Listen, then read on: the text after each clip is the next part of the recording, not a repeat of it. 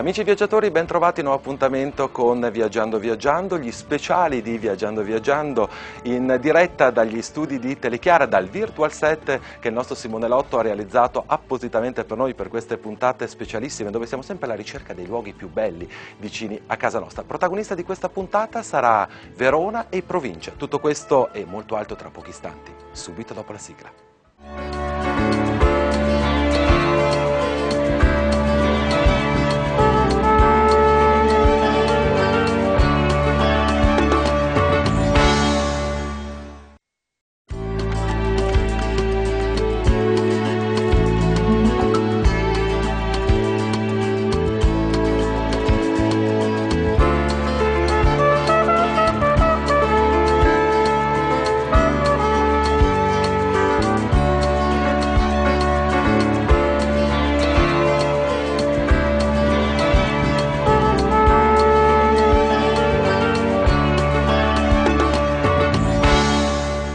Noi vogliamo iniziare dalla provincia di Verona, una provincia che dà veramente moltissimi spunti, collina, lago. Vogliamo iniziare un po' dalla collina e precisamente andando a rivedere il Castello di Soave.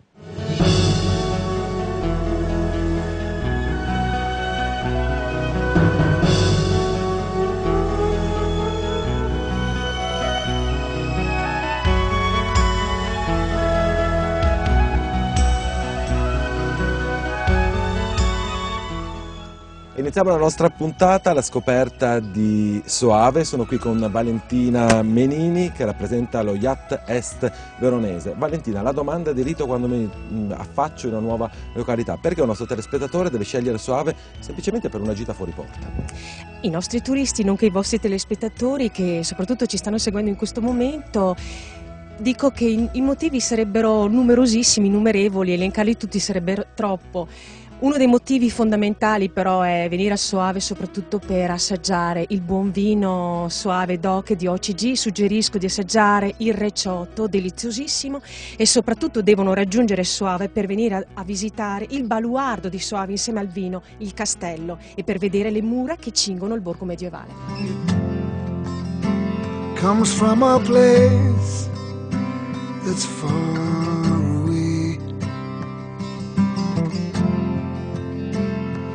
When I'm done, I feel like talking. Without you here, there is less to say.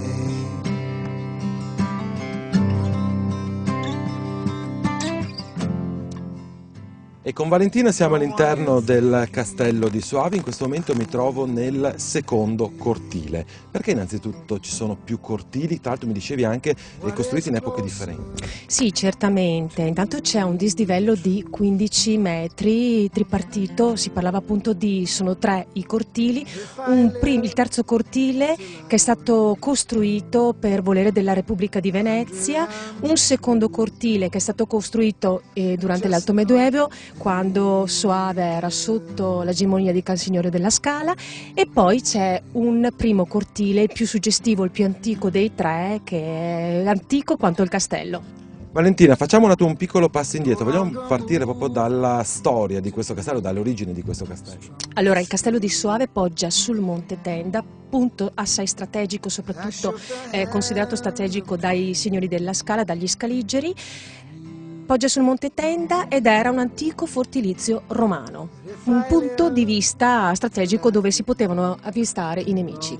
Sì, tu però hai detto che questo ha avuto il massimo splendore, questo castello, in epoca scaligera. Infatti è definito questo un castello scaligero, però non è effettivamente, le sue origini non sono scaligere. Assolutamente no, sono romaniche. Assolutamente romaniche.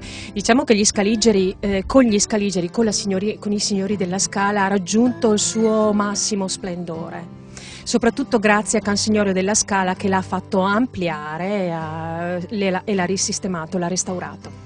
Infatti, oltre ad avere queste mura, diciamo questo primo strato di mura come difesa, già questo dislivello voleva segnare anche un'ulteriore difesa all'interno del castello. Assolutamente sì, tutto faceva buon brodo per allontanare i nemici.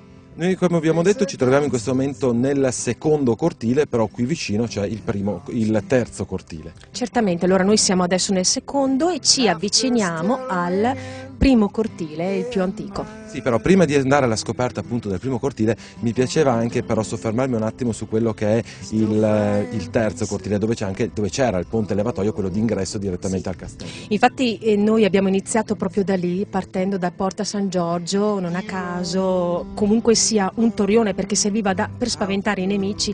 Sopra di noi appunto c'era la statua, il bassorilievo di San Giorgio che nel mentre in cui stava uccidendo, sta ammazzando il drago. Bene, a questo punto noi andiamo a visitare il primo cortile.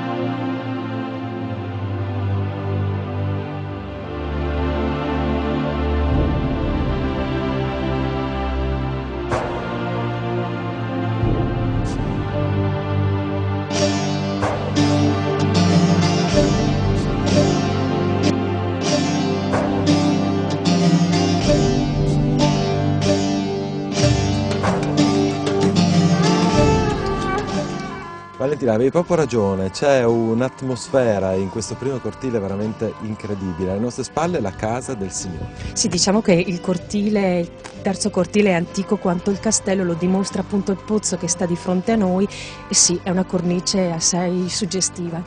Dicevo, alle nostre spalle abbiamo appunto quella che era la casa del Signore. Sì, diciamo che la casa del Signore, oltre ad ospitare i grandi condottieri della signoria scaligera, ospitò anche l'imperatore Massimiliano della Lega dei Cambrai. Tra l'altro qui vediamo proprio il simbolo degli Scaligeri. Ebbene, ritorniamo allora a parlare della signoria scaligera perché il simbolo degli Scaligeri era proprio il cane ripetuto, 2 cani rampanti con nel loro mezzo una scala con 4 pioli. Questo era proprio il simbolo degli Scaligeri. Veniva appunto riportato soprattutto sulle loro bandiere. Altre 2 cose secondo me molto molto interessanti, la prima non si può non notare quando si viene in questo cortile, il mastio di fronte a noi. Sì, diciamo il mastio, il torrione, la torre più alta e che si nota addirittura dall'autostrada La Serenissima, la A4, è l'ultimo estremo baluardo di difesa nonché luogo di tortura. Sì, perché tra l'altro in un'opera di restauro, che infatti è la seconda domanda che volevo farti, qui c'è stata un'opera di restauro molto molto molto interessante, perché ricordiamo questo è un castello privato. Sì, diciamo che dopo il 1800, per essere più precisi 1889, la fortuna del castello di Soave è stata quella di essere acquistato all'asta dall'allora sindaco di Verona, nonché ex senatore d'Italia, Giulio Camuzzoni, il quale aveva la passione dell'archeologia e lo restaurò, lo riprese completamente. Il mastio era quasi per intero crollato e quindi Giulio Camuzzoni lo sollevò per oltre 4 metri. Tra l'altro mi dicevi che proprio è stato scavato alla base una specie di galleria e per ricordare tutte queste torture che venivano fatte all'interno di questa torre furono trovati moltissimi resti delle ossa umane. Certamente non a caso ho citato proprio al mastio come luogo di tortura, in effetti è stato forato la base, il torrione e sono state trovate appunto metri di ossa. Sapete, Verona è una città che io amo profondamente, secondo me offre degli spunti veramente molto molto belli, è una città sempre molto viva, infatti adesso vogliamo andare proprio in centro a Verona.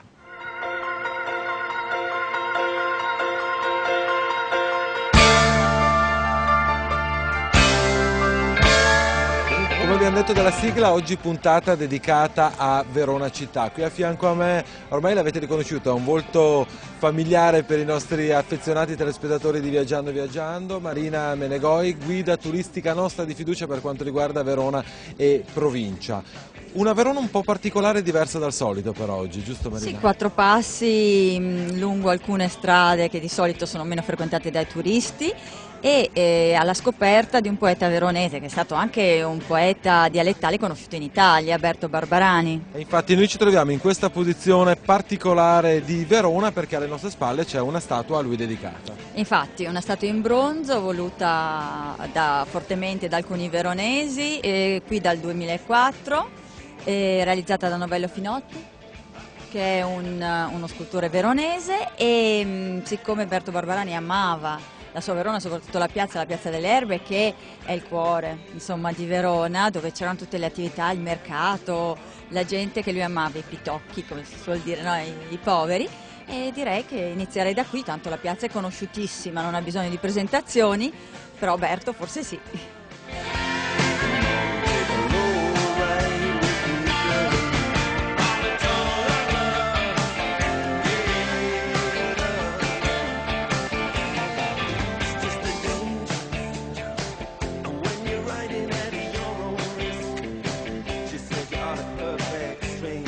Marina, una città che sente molto il suo fiume. C'è una città legata al suo fiume, una città che per molto tempo, per molti anni è vissuta grazie anche al fiume e che non è stato sempre così gentile, possiamo dire, perché in primavera e in autunno le alluvioni nel passato erano, le inondazioni erano frequenti, quindi l'ultima è stata nel 1882 ed è stata proprio l'ultima perché hanno costruito gli argini, infatti ci troviamo su Lungadice, Donatelli e qui abbiamo gli argini. Sì, ci troviamo in questo luogo però per continuare il nostro omaggio a questo grande autore di Verona. Sì, Berto Barbarani nasce nei pressi del Ponte Nuovo, qui dall'altra parte della strada, e in una zona anche molto carina, si chiama Piazzetta Pescheria, diciamo la piazza vicino al suo edificio dove nacque e dove i genitori avevano un negozio di ferramenta e quindi molta della sua produzione letteraria si deve anche all'influenza del fiume che aveva sotto gli occhi e lui visse l'alluvione del 1882, aveva 10 anni.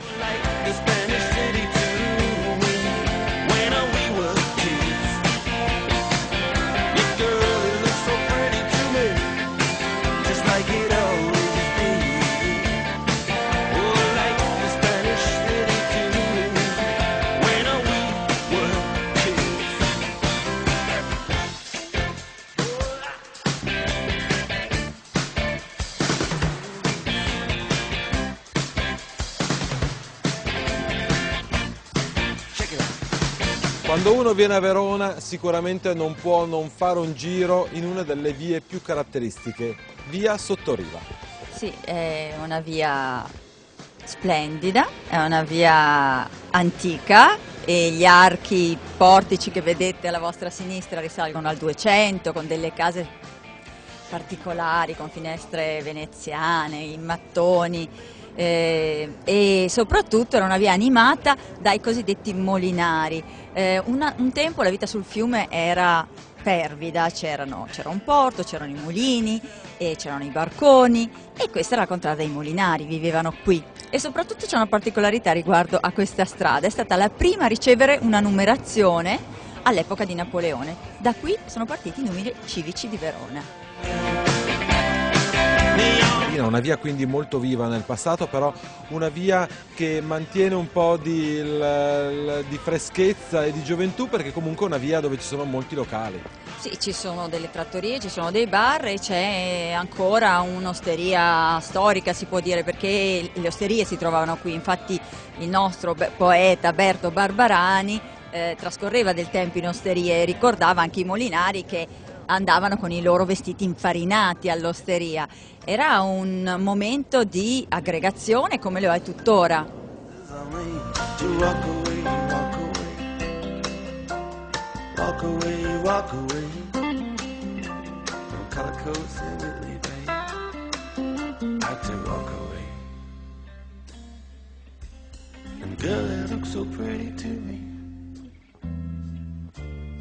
Ci troviamo in piazzetta Bramolinari, lo slargo dei Molinari. Come ho detto prima, c'erano molti mulini a Verona prima dell'alluvione del 1882, gli argini non c'erano, le case si affacciavano sul fiume, una vita incredibile lungo il fiume, ed è questa, ritorno a dire, la Verona che il poeta Barbarani aveva conosciuto e che poi dovrà vedere sparire, scemare lentamente, perché quando è che sparirono appunto le mulini? Allora, dopo l'alluvione del 1882 quasi tutti vennero demoliti, distrutti dall'alluvione, si staccavano dalle catene alle quali erano ancorate qui, anche perché qui c'era un porto in epoca romana, e andarono a danneggiare anche i ponti, e poi si costruirono gli argini, questi, e gli ultimi nel giro di pochi anni vennero demoliti, quindi non si utilizzò più il fiume come fiume commerciale, come era stato fatto invece per lungo tempo dalla nascita della città di Verona. E sullo sfondo, alle nostre spalle, c'è questa collina suggestiva, il colle di San Pietro, con i resti del teatro romano, e c'è una chiesetta Santa Libera, Santi Siro e Libera, e si dice sia stata celebrata la prima messa a Verona. Questa è un po' la leggenda, però. Questa è un po' una leggenda, come quella della dedicazione alla chiesa San Siro. Questo sarebbe stato questo bambinetto che passò i pani e i pesci a Gesù durante la moltiplicazione dei pani e dei pesci. Quindi però a noi piace ricordarla, ed era lì che Barbarani andava a giocare e ricordava questa chiesa Santa Libera, dice, come la più vecchia, la nonna fra tutte le chiese di Verona. È un altro punto particolare della città, ci si passa, però non vi si presta forse l'attenzione che merita, perché è una zona, è la zona più antica della città.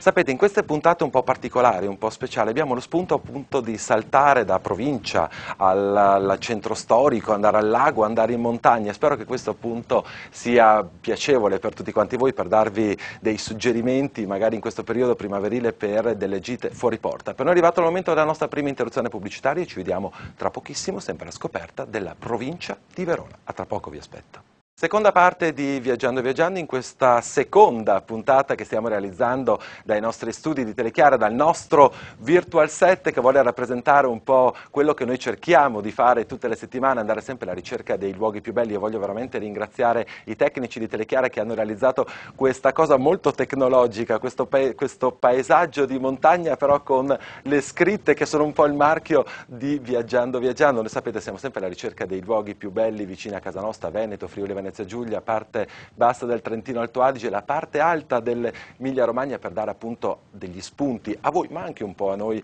di scoprire le cose più belle vicine a casa nostra. Protagonista di questa puntata, come avete potuto vedere, è la provincia di Verona. Adesso noi ci spostiamo sul lago di Garda, proprio sempre naturalmente in provincia, e andiamo a rivedere assieme il Parco Natura Viva.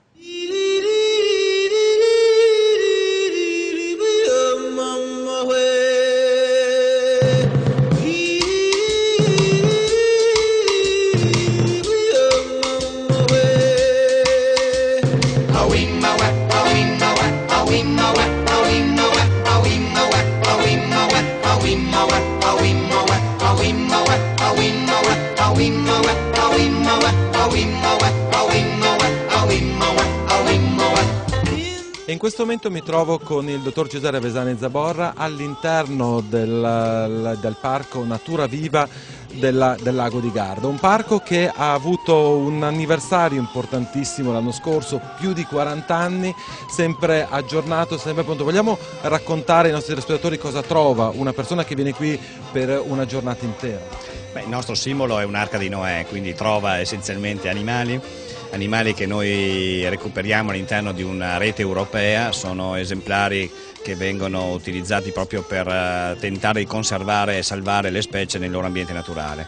Quindi una serie di animali, di specie minacciate molto particolari, dal leopardo delle nevi ai panda rossi molto belli che si riproducono regolarmente in questo parco, dalle tigri siberiane agli ippopotami, dai leoni agli scimpanzé, quindi sia fauna africana sia fauna dei continenti asiatici, a cui abbiamo dato particolare attenzione proprio perché in quelle aree c'è molta criticità negli ultimi tempi nei loro ambienti naturali, quindi essendo noi proprio relazionati con una grande rete europea cerchiamo di diciamo così, far salire sulla nostra arca quelle specie che hanno particolarmente bisogno di essere aiutate. Due percorsi, uno che si può fare un safari in macchina e poi invece un percorso a piedi. Sì, noi in realtà stiamo adesso facendo in modo che il parco venga diviso più per aree geografiche, quindi il safari è tutto quello che riguarda gli animali africani, mentre il percorso pedonale ha una parte di animali africani e una parte invece dedicata agli animali dell'Asia, del Sud America e anche un'importantissima area riservata agli animali dell'Europa, perché molti dei nostri ragazzi conoscono benissimo la tigre e il leone, ma non sanno nulla del bisonte europeo o della lince o del gatto selvatico, che sono specie straordinarie del nostro continente. Tutti i continenti, tutti gli animali dei continenti si possono trovare qui a Parco Natura Viva. Sì, noi cerchiamo di avere una gamma rappresentativa di quelle specie che appunto rappresentano i loro ambienti, gli animali più importanti, più grandi. Pochissimi sanno che il più grande animale del nostro continente europeo è il bisonte europeo, un animale che noi abbiamo contribuito a salvare nel suo ambiente naturale partecipando a un progetto di reintroduzione in Slovacchia. Però ci sono tante altre specie interessanti e importanti che questo parco offre, anche animali magari piccoli, molto piccoli, che insomma, per guardarli bisogna osservarli con attenzione. Penso ai rettili, penso agli insetti, penso ai pesci. Certo, un parco così deve essere gustato in un'intera giornata di visita. Centro tutela specie minacciate, questo circuito che fate parte voi, una cosa molto prestigiosa. Sì, prestigiosa, perché noi non acquistiamo né vendiamo gli animali che sono presenti in questo parco, quindi siamo all'interno di una rete, li custodiamo per conto terzi, abbiamo anche ricevuto dalle autorità anche animali confiscati sul territorio italiano, quindi siamo un centro dove si cerca di fare il nostro meglio per dare un futuro non solo alle specie animali presenti, ma anche alle nostre generazioni umane che venendo qui a vederli si sensibilizzano e forse diventeranno attori per la conservazione del futuro. Allora, vogliamo ricordare, per passare una domenica, un sabato o anche una giornata fuori porta, una giornata intera alla scoperta della natura, per scoprire magari degli animali di cui non siamo, magari la maggior parte delle persone non sanno neanche l'esistenza, il posto ideale è qui ancora a Parco Natura Viva, ancora per tutto novembre fino alla prima settimana di dicembre. Sì, esatto. Ecco, per poi chi fosse anche interessato ad avere anche informazioni sul passato delle specie animali, in questo parco c'è anche un'area destinata agli animali in estinzione, quelli che si sono totalmente già estinti. Quindi poter dare anche ai nostri ragazzi un'idea di come erano, certo i dinosauri che ormai sono rimasti famosi, quindi potete vedere la grandezza naturale e alcuni sono veramente interessanti e spettacolari, ma ci sono anche mammiferi del passato che si sono estinti e che i ragazzi possono vedere con i loro occhi in grandezza naturale, tutti scientificamente e rigorosamente ricostruiti. Naturalmente il vostro grande pubblico, grande target, una fetta molto interessante al turismo scolastico. Sì, è una fetta importantissima, noi abbiamo dedicato e dedichiamo ancora oggi moltissimi sforzi ai vari gradi scolastici che vengono a visitarci, quindi dalle materne fino alle università. Abbiamo 11 università convenzionate con noi, quindi ogni anno laureiamo una ventina di ragazzi, ma nello stesso tempo ci interessa anche che i bambini prendano visione e diretta esperienza della meravigliosa biodiversità che il nostro pianeta offre, perché saranno loro i custodi di questa biodiversità del futuro. Vogliamo dare delle informazioni di servizio ai nostri telespettatori per avere delle informazioni su Parco Natura Viva, delle indicazioni su come arrivare e anche se c'è un sito internet. Il sito internet ha tutte le indicazioni, quindi parconaturaviva.it, troverete un sito molto ricco, gli aggiornamenti, le informazioni su come ci si arriva, ovviamente tutte le informazioni di tipo logistico, ma anche contemporaneamente si può vedere quali sono le nostre novità, le nostre nascite o i nuovi arrivi, quindi è sicuramente un sito da consultare in tutta la sua complessità. Come vi dicevo, Verona, una delle peculiarità di questa bellissima provincia è che dà la possibilità di vedere un meraviglioso centro storico, ma poi in un attimo di andare al lago, ma anche di andare in collina. Ed è proprio in collina che vogliamo tornare adesso e vogliamo precisamente andare a vedere la Val Policella.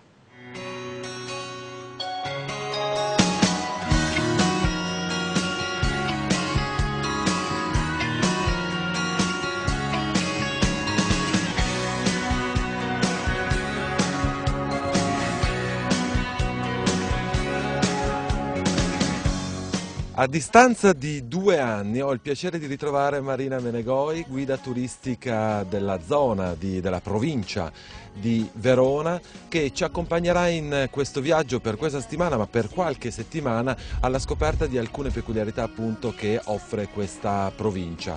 Marina, innanzitutto è un piacere ritrovarti, l'altra volta ci siamo lasciati proprio nel cuore della città, quest'oggi invece vogliamo iniziare questo giro alla scoperta della bellissima Valpolicella. Altrettanto sono molto felice che siate qui e siamo in una zona bellissima, come hai detto tu, la zona della pietra e dell'amarone, e oggi andremo alla scoperta di due chicche della Valpolicella, due pievi, la pieve di San Giorgio in Ganapoltron dove ci troviamo e la pieve di San Floriano. Vogliamo partire con la presentazione della prima pieve? Certo, allora ci troviamo a 375 metri sul livello del mare, San Giorgio di Valpolicella. La pieve è una pieve longobarda ed è particolare perché è biabsidata.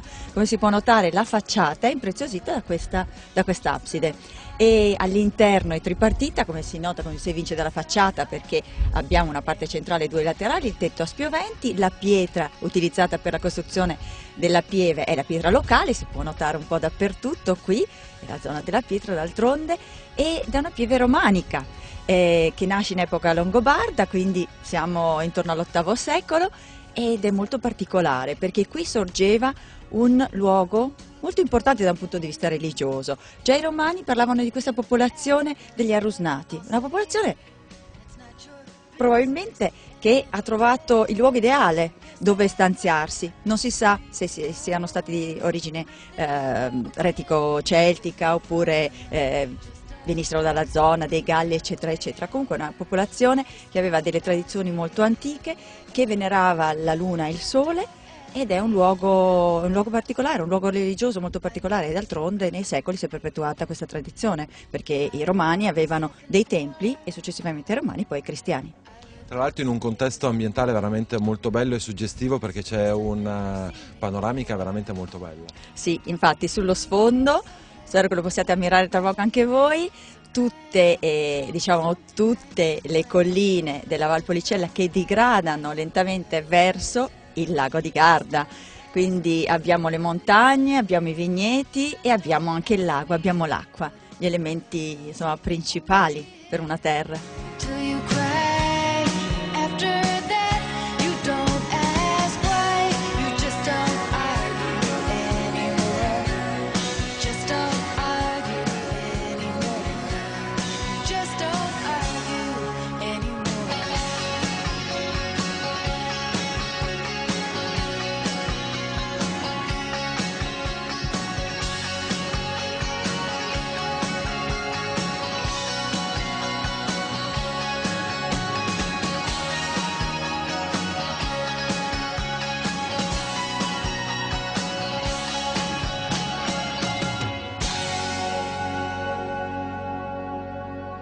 E anche per oggi siamo arrivati alla fine di questo nostro viaggio. Voglio ringraziare tutti quanti voi che ci state seguendo. Permettetemi in questa puntata di ringraziare e di salutare anche tutti gli amici che ci stanno guardando tramite Sky, tramite il canale blu. Siete in tantissimi, abbiamo un riscontro quotidiano attraverso il nostro indirizzo di posta elettronica, che voglio ricordarvi è viaggiando@telechiara.it. Ci chiedete molte informazioni, ci date degli spunti, ma ci dimostrate anche il vostro affetto. Di questo veramente vi ringrazio e vi sono grato. L'appuntamento con noi è la settimana prossima, sempre qui dagli studi di Telechiara, per intraprendere un altro viaggio, la scoperta di una nuova provincia del Veneto. Quindi l'appuntamento con noi è fra 7 giorni, stessa ora, stessa rete, e come di consueto viaggiate assieme a noi.